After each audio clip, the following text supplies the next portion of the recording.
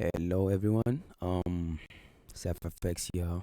Recently I was teaching you guys or helping you guys identify what a fair value gap is, BC or CB. Today we're gonna be talking about order blocks. And what are order blocks? Order blocks are basically um re- forms of retracements, and let me just sketch it out. A form of a retracement in a form of a candlestick. In other words, in retail, we in retail in retail when price is bearish, it tends to retest, right, forming bullish structure within this downtrend. So if just do it like this, if this is bearish, price tends to retest, forming some form of a bullish retracement, bullish structure before it can continue going down, right? So this bullish zone right here is regarded as an order block, for it may form as a form of multiple candles, multiple bullish candle, or one bullish candle. And if let me just sketch that out for you in the charts. As you can see right here, we have bullish, bearish structure, right? Bearish structure. So anything bullish or any forms of retracements within this zone are regarded as order blocks. In other words, this bullish range right here can identify it from the wick or the body. But personally, I prefer the body. But in this case, let's just identify it as the wick. This is regarded as an order block. Just these two candlesticks alone, this retracement, and it mainly behaves the same way as a fair value gap, in which price tends to revisit those zones to rebalance and then continue going down. So once price forms this form of candlesticks, it tends to break out, continuing the trend just to retrace back into the order block zone, formulating a continuation bearish. In other words, price moved down or moved bearish, retrace forming these two bullish candlesticks, and then continued moving down, broke this order block low, and then with this candlestick right here wicked above, revisiting the order block. So this would be some form of a entry to continue going bearish, right? And then, but if it's being used on a higher time frame as a reaction zone, we would also regard it as an order block PD array, in which price can also react through. Basically, order blocks, liquidity rates, and fair value gaps. Those are components that price tends to revisit to rebalance or fill out orders.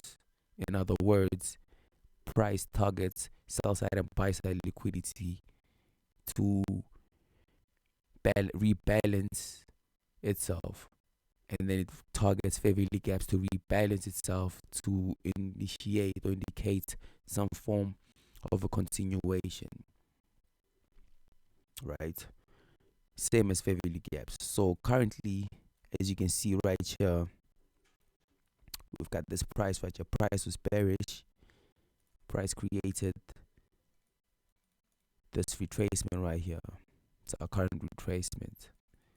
So this whole range right here, this whole range would be regarded as an order block, in which price can break out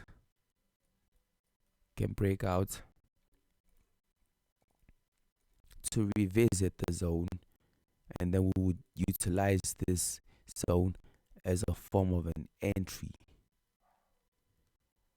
or as a form of an entry in which price can react off for us to continue moving down. But on a higher time frame, such as the 1 hour, because personally I prefer taking or executing trades from the 15-minute going down to the 1 minute.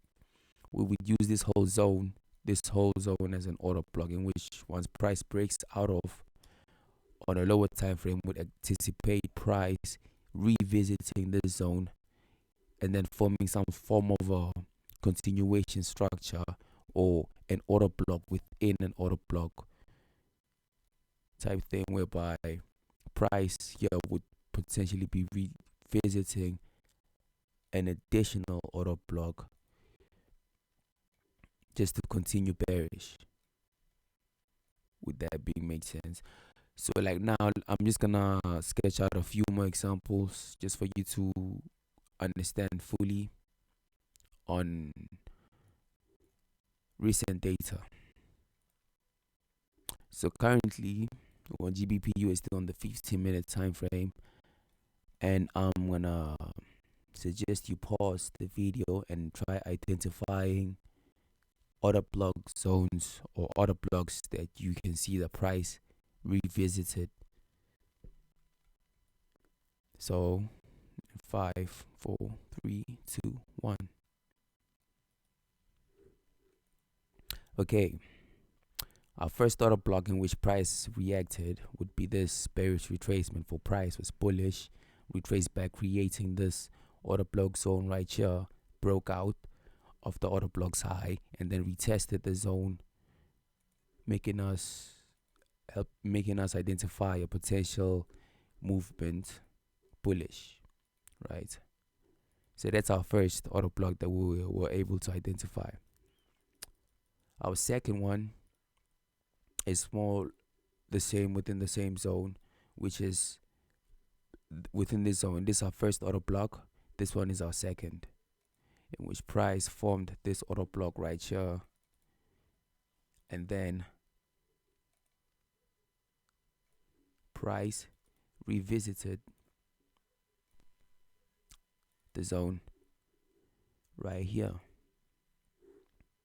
So this could have been utilized as an entry.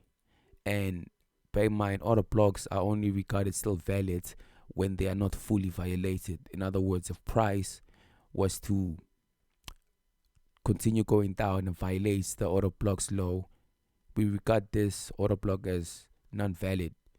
In other words, it's no longer regarded, it's no longer fitted to be used as some form of entry. In other words, potentially if you were to execute a trade within by utilizing this order block right here, your stop loss would be potentially below the order block's low, for we do not expect or anticipate price to drop lower than the mean threshold of the order block. And the mean threshold is basically the 50% mark of the whole bearish range. Let's mark it out like that. So an additional order block that was this whole range right here would be identified as an order block, but also the most key reversal zones. For example, in sell side areas and buy side areas, the most recent bearish bars or bullish bars in reversal zones are regarded as order blocks. For price, here is clearly bullish, so any bearish candlestick would be regarded as an order block. But in like key low areas like this, where price targets the sell side liquidity zone, we regard the last bearish candlestick as an order block. So in other words, this candlestick right here would be regarded as an order block, in which we expect price to react off and keep pushing bullish. So with that being said, I would advise you to keep looking at your charts, trying to identify key order block zones in which price has not yet visited or is still yet to visit. And with that being said, have a great day. Just a few more additions I'll be showing you additional order blocks that can still be identified within the same trend, bearish or. So as you can see right now, I managed to identify a few more additional order block zones for a bearish trend. Basically, all bullish candlesticks are regarded as order blocks once price breaks below them and revisits them. And when you have high retracement prices like this, you can refine your order blocks into the highest candlestick. In other words, this candlestick right here being the highest, this range would be regarded as an order block, like the main order block zone.